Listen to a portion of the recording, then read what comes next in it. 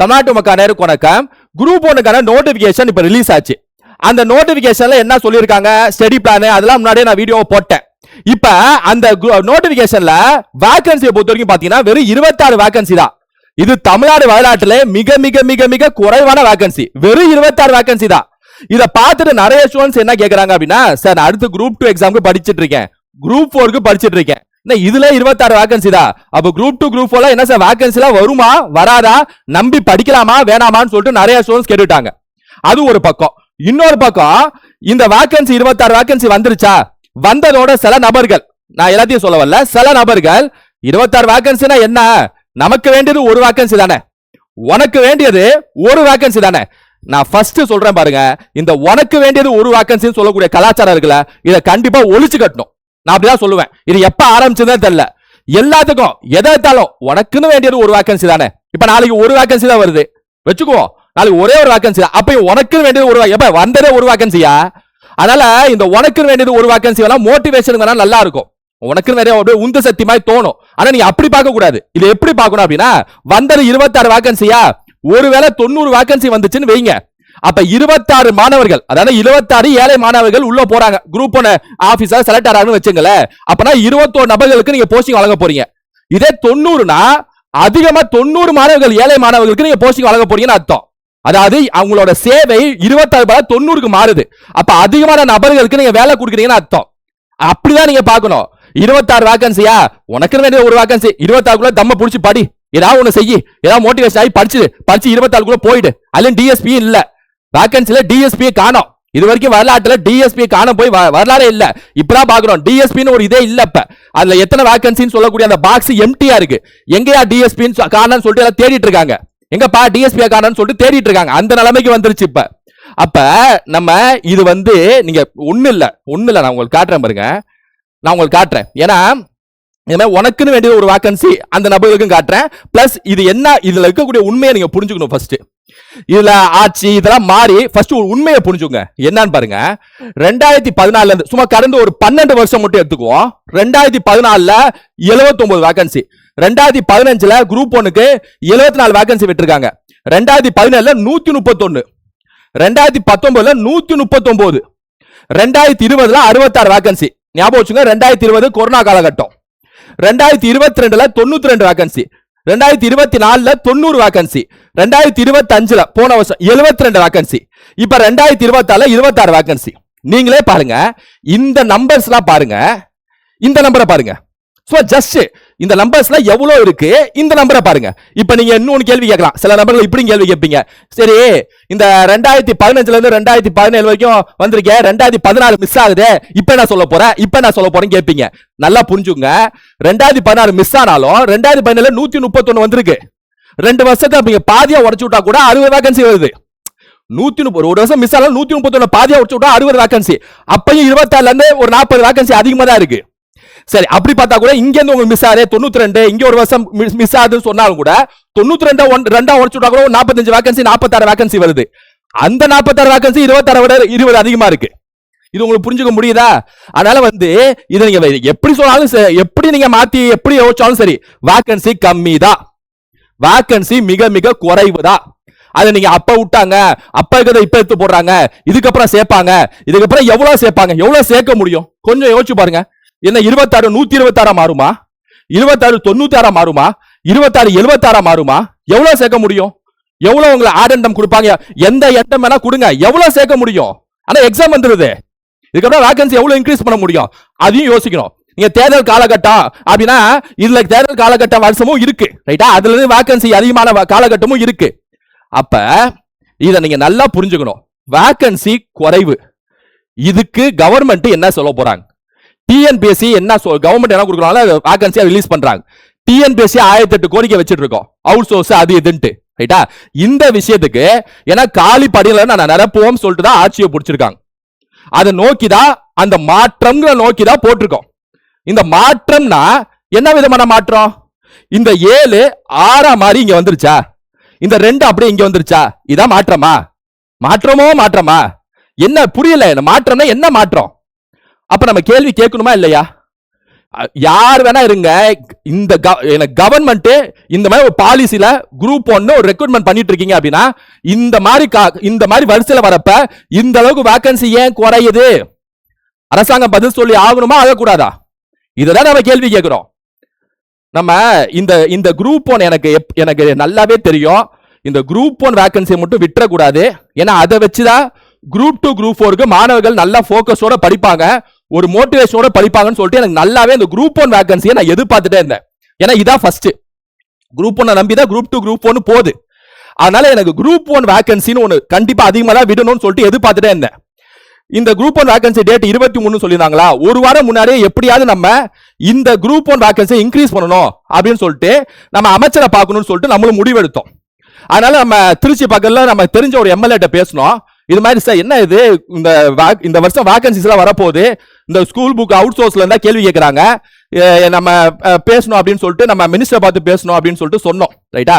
அவரும் சொன்னாரு, brother group 2 group 4 மட்டும் இல்ல, நிறைய ஃபீல்டுல, அதாவது நாங்க மருத்துவமனைக்கு போனோம்னா அங்க 4 நர்ஸ் வேகன்சி இருக்கு, ஸ்கூலுக்கு போனோம்னா ஒரே டீச்சர் நிறைய கிளாஸ் எடுக்கிறாங்க, அங்க வேகன்சி இருக்கு, இந்த டிஎன்பிஎஸ் தாண்டி எல்லா இடத்துலயுமே காலி பணியிடங்கள் இருக்கு, நம்ம கண்டிப்பா நிரப்பணும் அப்படின்னு சொல்லிட்டு தான் அவர் அமைச்சரை போய் பேசியிருப்பார் போல. ரைட்டா? இது நம்ம போன வாரம் நான் சென்னையில இருந்தப்பவே நம்ம கால் பண்ணி கேட்டப்ப அவங்க அமைச்சர் அதாவது இந்த சம்பந்தப்பட்ட துறை அமைச்சர் யாரு, HR மினிஸ்டர் யார் அப்படின்னா சரத் அவர்கள்.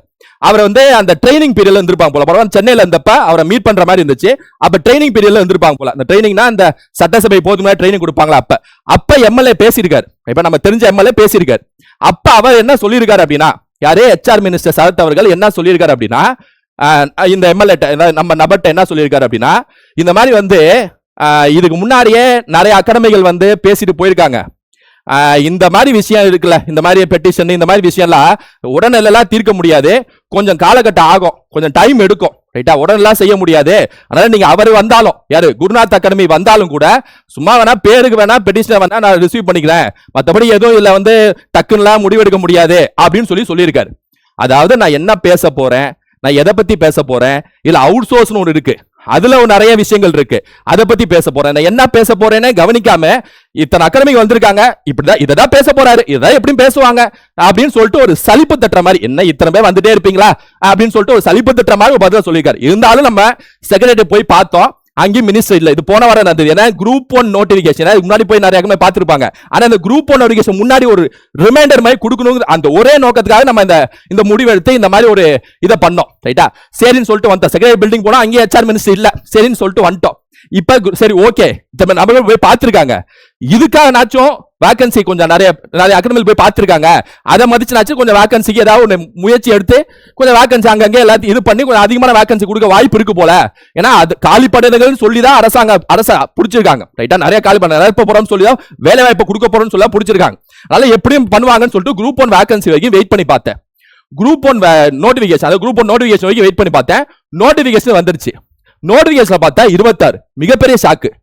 திரும்ப நாங்க செக்ரட்டரி பில்டிங் கால் பண்ணி கேட்கிறோம் அசிஸ்டன்ட், இல்ல இன்னைக்கு இல்ல நாளைக்கு ஃபுல் டே செக்ரட்டரி பில்டிங் வர மாட்டான்னு சொல்லிட்டு அவரு அப்புறம் பாப்பா மண்டே டியூஸ்டே அப்படின்னு சொல்லிட்டாங்க. அப்ப நான் என்ன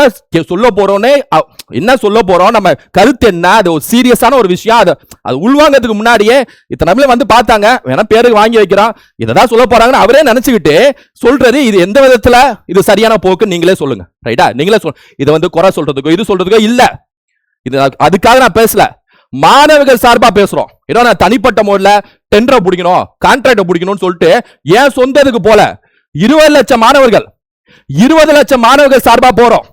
அப்ப அவர் சொன்ன பதில் என்ன பதில், அதாவது சும்மா பெட்டிஷன் வாங்கி வைப்பேன் அப்படிங்கிறது 20 லட்சம் மாணவர்கள்ட்ட சொன்ன பதில். சும்மா 20 லட்சம் பேரா பெட்டிஷன் வாங்கி வைப்பேன் அப்படின்னு. அப்ப எளிமையான மக்களுக்கான ஒரு ஆட்சி அப்படின்னா இதுல எங்க இருக்கு? யோசிக்கணுமா நம்ம. நான் இந்த விஷயத்துல சொல்றேன். என்ன சில நபர்கள்லாம் என்ன ஏதோ நான் ஏதோ தேர்தலுக்கு முன்னாடி இந்த கட்சி, அதாவது தாவேக்காங்கிற கட்சி ஏதோ இன்ஃப்ளூயன்ஸ் பண்ண மாதிரியும், தாவேக்காக்கு நீங்க இது அப்படியே மார்க்கெட்டிங் பண்ண மாதிரியும், ஏன்னா நான் தாவேக்காக்கு தான் நீங்க ஓட்டு போடணும், விஜய் அவர்களுக்கு தான் நீங்க ஓட்டு போடணும், இல்லைன்னா திமுக அதிமுக இந்த மாதிரி ஒரு கட்சி சார்ந்தா நீங்க ஓட்டு போடணும்னு சொல்லிட்டு நான் இன்ஃப்ளூயன்ஸ் பண்ண மாதிரியே நீங்க பேசிட்டு இருக்கீங்க. ஏன்னா முற்றிலும் தவறு. நீங்க ஏதாவது ஒரு வீடியோ காட்டுங்க, எலெக்ஷனுக்கு முன்னாடி தாவேக்காக்கு தான் ஓட்டு போடணும்னு சொல்லி ஏதாவது ஒரு வீடியோ காட்டுங்க, நான் இந்த இந்திய நாட்டை வச்சு கிளம்புறேன், யூடியூப் சேனலும் க்ளோஸ் பண்ணிடுறேன். அப்படி சொல்லி நான் ஏதாவது வீடியோ அப்படி போட்டேனா மட்டும் காட்டுங்க. யாருக்கு ஓட்டு போடணும்னு சொல்லிட்டு எலெக்ஷன் முன்னாடி ஒரு வீடியோ போட்டிருப்பேன், அது நல்லா பாருங்க, அது ஃபுல்லா பாருங்க. எப்படிப்பட்ட தலைவரை நம்ம தேர்ந்தெடுக்கணும் தான் சொல்லியிருப்பேன் தவிர இந்த கட்சிக்கு போடணும் அந்த கட்சிக்கு போடணும் சொல்லியிருக்க மாட்டேன். ஏன்னா நீங்க தேவையில்லாம ஒரு குற்றச்சாட்டை வைக்க முடியாது. ஏன்னா இது அகாடமி சேனல். இதுல ஏதோ நான் தம்ப்நெயில் வைக்கிறேன், எம்எல்ஏ மேயர் வைக்கிறேன் அப்படின்னு தம்ப்நெயில் வைக்கிறதுனால மட்டுமே நான் அரசியல் பேசுறேன். உள்ள ஃபுல் அண்ட் ஃபுல் அரசியல்னு அர்த்தம் இல்ல. உள்ள வந்து பாத்தீங்கன்னா சிலபஸ் ரிலேட்டடா பேசியிருப்பேன், சப்ஜெக்ட் ரிலேட்டடா பேசியிருப்பேன், அதுல உங்க கருத்தை சொல்லியிருப்பேன். இவ்வளவுதான். அது எந்த விஷயமா இருந்தாலும் சரி. அதனால விஜய் அவர்களோட போட்டோ வச்சனாலயோ இல்ல விஜய் அவர்களோட பேரை வந்து தம்ப்நெயில பயன்படுத்தினாலயோ ரைட்டா, அப்படி இருக்கு அந்த தம்ப்நெயில் அப்படி இருக்கிறனாலயோ தம்ப்நெயிலோ அந்த வார்த்தைகளோ அப்படி இருக்கிறனால மட்டுமே மேலோட்டமா பார்த்துட்டு நீங்க அந்த குற்றச்சாட்டுல வைக்க முடியாது. இதையும் நான் சொல்லிக்கிறேன் ரைட்டா. பிளஸ் இந்த விஷயத்த அமைச்சர் கொஞ்சம் சீரியஸ் எடுத்து பார்க்கணும். ஏன்னா நான் உண்மையில அவுட் சோர்ஸ் விஷயத்துல ரொம்ப ரொம்ப சீரியஸா மாணவர்களோட கஷ்டத்தை பார்த்து அதை தான் மெயினா நான் சொல்லணும் எப்படியாது. ஏன்னா டிஎன்பிஎஸ் பொறுத்த வரைக்கும் என்ன பில்டிங் குள்ள போகணும்னா நம்மள விட மாட்டாங்க பிரைவேட் அகாடமி. ஒரு அகாடமி சார்பா ஒரு மாணவர்கள் சார்பா ஒரு கூட்டமைப்பா கூட ஒரு சேர்மனை பார்க்கறதுக்கான ஒரு சூழ்நிலை அமைய மாட்டேங்குது. டிஎன்பிஎஸ் 5 நிமிஷம் பார்க்க முடியாது. என்ன மட்டும் சேர்மன் ஒரு 5 நிமிஷம் விடுங்க, நான் ஆல்லே கரெக்டா பேசிடுவேன். கரெக்டா என்ன அவுட் சோர்ஸ் என்ன விஷயம் அப்படின்னு சொல்லிட்டு ஒரு 5 நிமிஷம் உள்ள விட்டீங்கன்னா பேசிடுவேன் ரைட்டா. சேர்மனை பார்க்க விட்டீங்கன்னா அதுக்கும் வாய்ப்பு இல்லை. ஸோ அப்ப அங்கேயும் கேட்டு போட்டாங்க, இங்கேயும் இத்தனை போய் பார்த்துட்டு வந்தா அதுலயும் ஒன்றும் பயன் இல்லை. அதுல 26 வேகன்சி. அது குரூப் 2 குரூப் 4 என்ன நடக்கும்னு யாருக்கும் தெரியல, என்ன நடக்க போதும் யாருக்கும் தெரியல. குட்டா மோகல படிக்க வேண்டியதா. இந்த அவுட் சோர்ஸ் விஷயம் என்ன, அவுட் சோர்ஸ் விஷயம் சில பேர் என்னதான் அவுட் சோர்ஸ் கேட்டாலும் என்ன போட்டி தேர்வுனா அப்படிதான் இருக்கும். ஐயா சாமி அது அந்த விஷயம் இல்ல. இது புரிஞ்சுக்குங்க. எங்கிட்டோ கேட்கறது இது அந்த விஷயம் இல்ல. அதுவும் ஜிஎஸ்ல எங்கிட்டோ கேட்டாலும் பிரச்சனை இல்லை. தமிழ் இது மாதிரி டெக்னிக்கல் விஷயம். அது அமைச்சத்தை கொஞ்சம் நிறுத்தி நிதானமா நான் சொல்லலாம். ஏன்னா இது ரொம்ப டெக்னிக்கலான விஷயம். அப்ப ஒரு கேட்கக்கூடிய ஒரு இது வேணும், ஒரு பண்பு வேணும். அதாவது என்ன சொல்றாங்க கேட்குவோம். ஏன்னா சீரியஸான விஷயம். பாலிடிக்ஸே சீரியஸான பிசினஸ். இது கேஷுவலான பிசினஸ் இல்ல. பாலிடிக்ஸ் இந்த விஷயமே சொல்றேன், இந்த அரசியலே சொல்றேன். சரி ஓகே, உண்மையிலே வேகன்சி கம்மி தான் போல, உண்மையிலே அவ்வளவுதான் ரெக்ரூட்மெண்ட் போல, உண்மையிலே ஆள் தேவையில்ல போல அப்படின்னு நம்ம எடுத்து பார்த்தாலும் கூட இப்ப இதை பாத்தீங்கன்னு வைங்களேன். இது வந்து இந்து நியூஸ் பேப்பர், இந்து தான் நினைக்கிறேன் ரைட்டா. நியூஸ் பேப்பர்ல வந்து ஒரு கட்டிங், அதுல என்ன சொல்றாங்கன்னு பாருங்க. According to sources, one of the key reasons for the low intake is the state government's policy of filling group 1 post in a 90:10 ratio. 90:10 ரேஷியோல ஒரு பாலிசி கவர்மெண்ட் வச்சிருக்காங்க போல. அதுல 90% வந்து ப்ரொமோஷன் மூலமாகவும் 10% வந்து டைரக்ட் ரெக்ரூட்மெண்ட் மூலமாகவும் ஃபில் பண்ற மாதிரி ஐடியா வச்சிருக்காங்க போல. 90% ப்ரொமோஷன்னா இப்ப டிஎஸ்பி டிசி இருக்காங்கன்னா அது கீழே இருப்பாங்களா, அந்த ப்ரொமோஷன்ல கொண்டு வந்துடலாம். அந்த போஸ்டிங் அப்படி ஃபில் பண்ணிடலாம். உள்ளுக்குள்ளே ஃபில் பண்ணிட்டு 10% எவ்வளவு டோட்டல் வேகன்சி 10% நம்ம ரெக்ரூட்மெண்ட் மூலமா இதுல வேகன்சின்னு சொல்லி எடுத்துக்கலாம் அப்படின்னு சொல்லிட்டு சொல்றாங்க. ஆனா ஹைகோர்ட் மற்றும் சுப்ரீம் கோர்ட்டோட ஜட்ஜ்மெண்ட் என்ன சொல்றாங்கன்னா 33%, எவ்வளவு 33% போஸ்டிங் நீங்க டைரக்ட் ரெக்ரூட்மெண்ட் தான் ஃபில் பண்ணி ஆகணும்னு சொல்லிட்டு சுப்ரீம் கோர்ட் மற்றும் ஹைகோர்ட்டோட ஆர்டர் அதாவது சொல்லிருக்காங்க. However, only 10% were earmarked for direct recruitment in some years and sometimes all vacancies were filled through promotions. Given the rising unemployment, the government should increase the share of direct recruitment to 50%. 50% கோரிக்கை வைக்கிறாங்க. Group 1 services. Only then will the annual number of vacancies cross 200 in the coming years. இப்படி 50% 90:10 போல 50:15 வச்சா கூட 50% வச்சாதா உங்களோட வேகன்சியோட அந்த total அந்த recruitment process 200 தாண்டுங்கிறாங்க. ஏன்னா 2019 139 தொற்றுருக்கு. அப்ப நம்ம இதை கொஞ்சம் சீரியஸா தான் பார்க்கணும். ஏன் அப்படின்னா குரூப் 2 குரூப் 4 இந்த மேல் நிலையிலே இவ்வளவு கம்மியா இருக்கு அப்படின்னா இதுக்குடைய கீழ் நிலையில எப்படி வேகன்சி அதிகப்படுத்துவாங்க?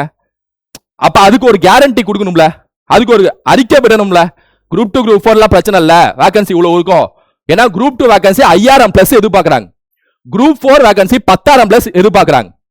ஏன்னா வேலை வாய்ப்பு நாங்க உருவாக்குவோம், காலி பணிகளை நிரப்புவோம் சொல்லிதான் ஆட்சியை பிடிச்சிருக்காங்க. புரியுதா உங்களுக்கு? அப்ப காலி பணிகளை நிரப்புவோம் அப்படின்னா 5000 10,000, குரூப் 2 5000, குரூப் 4 10,000. இப்படி இதான் ரியாலிட்டியா இருக்கக்கூடிய வேகன்சி. ஏன்னா அவ்வளவு காலி பணிகள் இருக்கு. அப்ப அதை நிரப்பணுமா நிரப்ப முடியாதா? நம்பி படிக்கலாமா வேணாமா? மாணவர்கள் இப்ப குரூப் 1 வேகன்சி பார்த்து வெக்ஸ் ஆயிட்டாங்க. யாரு? குரூப் 2 குரூப் 4 படிக்கிறவங்க. இப்ப அதை நம்பி படிக்கலாமா வேணாமா? யார் பதில் சொல்லணும்? டிஎன்பிஎஸ்சி கண்டுக்க மாட்டேங்கிறாங்க. டிஎன்பிஎஸ்சி கண்டுக்கவே போறது இல்ல, கண்டுக்கவும் மாட்டாங்க. ஏன்னா போய் ஒரு 5 நிமிஷம் விட்டீங்கன்னா சார்ட் எல்லாமே சொல்லிடுவேன். கரெக்டா என்ன ப்ராசஸ், என்ன விஷயம், என்ன அவுட் சோர்ஸ், என்ன பிரச்சனைங்கிறத நுணுக்கமா சொல்லிடுவேன். அதுவும் நடக்காது போல. ரைட்டா. இங்கிட்டு பாத்தீங்கன்னா அமைச்சரை போய் சந்திச்சாலும் பிரச்சனை இல்ல, சந்திச்சாலும் ஒன்னும் மாற்றம் இல்ல, பெருசா 26 வேகன்சி தான் இந்த மாதிரி போயிட்டு இருக்கு. இப்ப யார போய் கேக்குறது?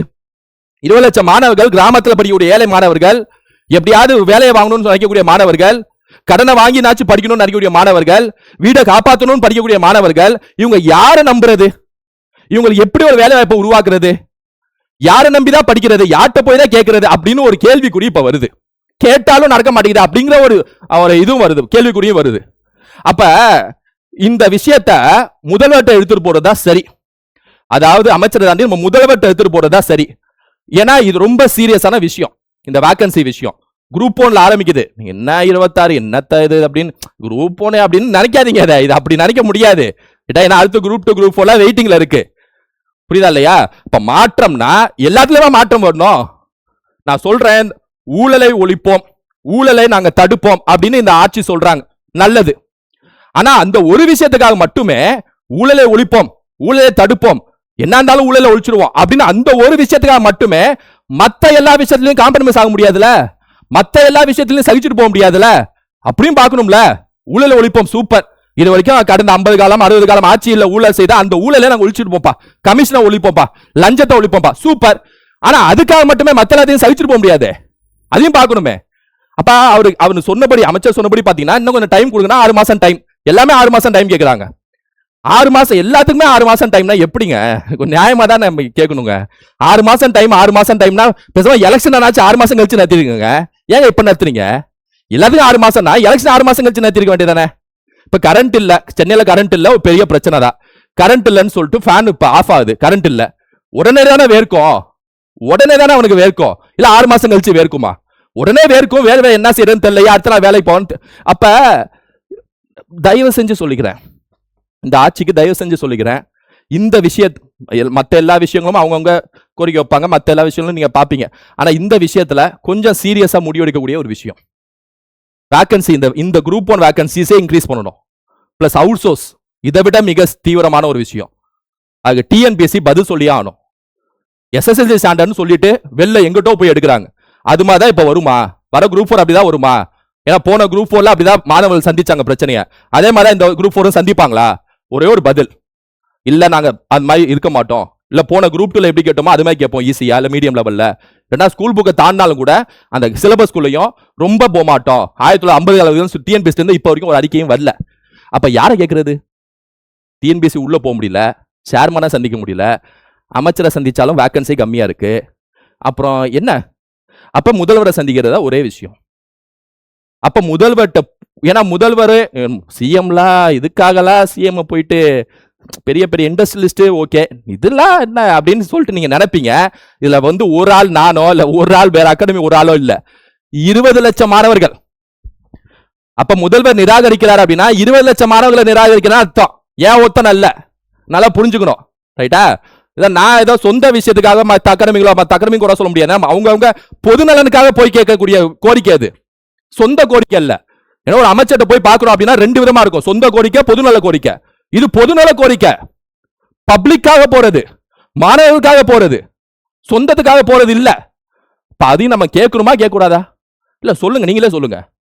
அதனால முதல்வரை சந்திச்சு இந்த விஷயத்தை எடுத்துட்டு அவர்கிட்ட போய் ஒரு தீர்வு காண்றதா சிறந்த வழின்னு என்னோட கருத்துங்க, ரைட்டா? இதுதான் கரெக்டா நடக்கும். போன போட்டு டிஎன்பிஎஸ்சி சொல்லி ஏதாவது நடக்கணும், ஏதாவது நடக்கணும். பற்றி அவுட் சோர்ஸ் ஏதாவது சிலபஸ் ஏதாவது 2-3 அவுட் சோர்ஸ் கட் பண்ணி விட சொல்லுங்க. இன்னைக்கு வரைக்கும் பதில் தெரியல. ஜிஎஸ் படிக்கலாம், மேத்ஸ் படிக்கலாம், தமிழ்ல பாதியை படிக்கலாம், மீதி பாதிக்கு தலைப்பிச்சு தான் இருக்கான். இது டெக்னிக்கலா யாராவது கவனிக்கக்கூடிய நபர்களை என்கிட்ட பேச வைங்க, நானா சொல்லுவேன், ரைட்டா? அதனால இந்த விஷயத்தை நம்ம சீரியஸா கொண்டு போறோம், ரைட்டா? அதனால இந்த கோரிக்கை வச்சுட்டே இருப்போம். நீங்க குரூப் 2 குரூப் 4 படிங்க, ஆனா வேகன்சி கன்ஃபார்மா இதா வரணும்னு ஏதாவது ஒரு அறிக்கைனாச்சும் விடணும் கவர்மெண்ட். அதுக்காக நம்ம கோரிக்கை வைப்போம், ரைட்டா?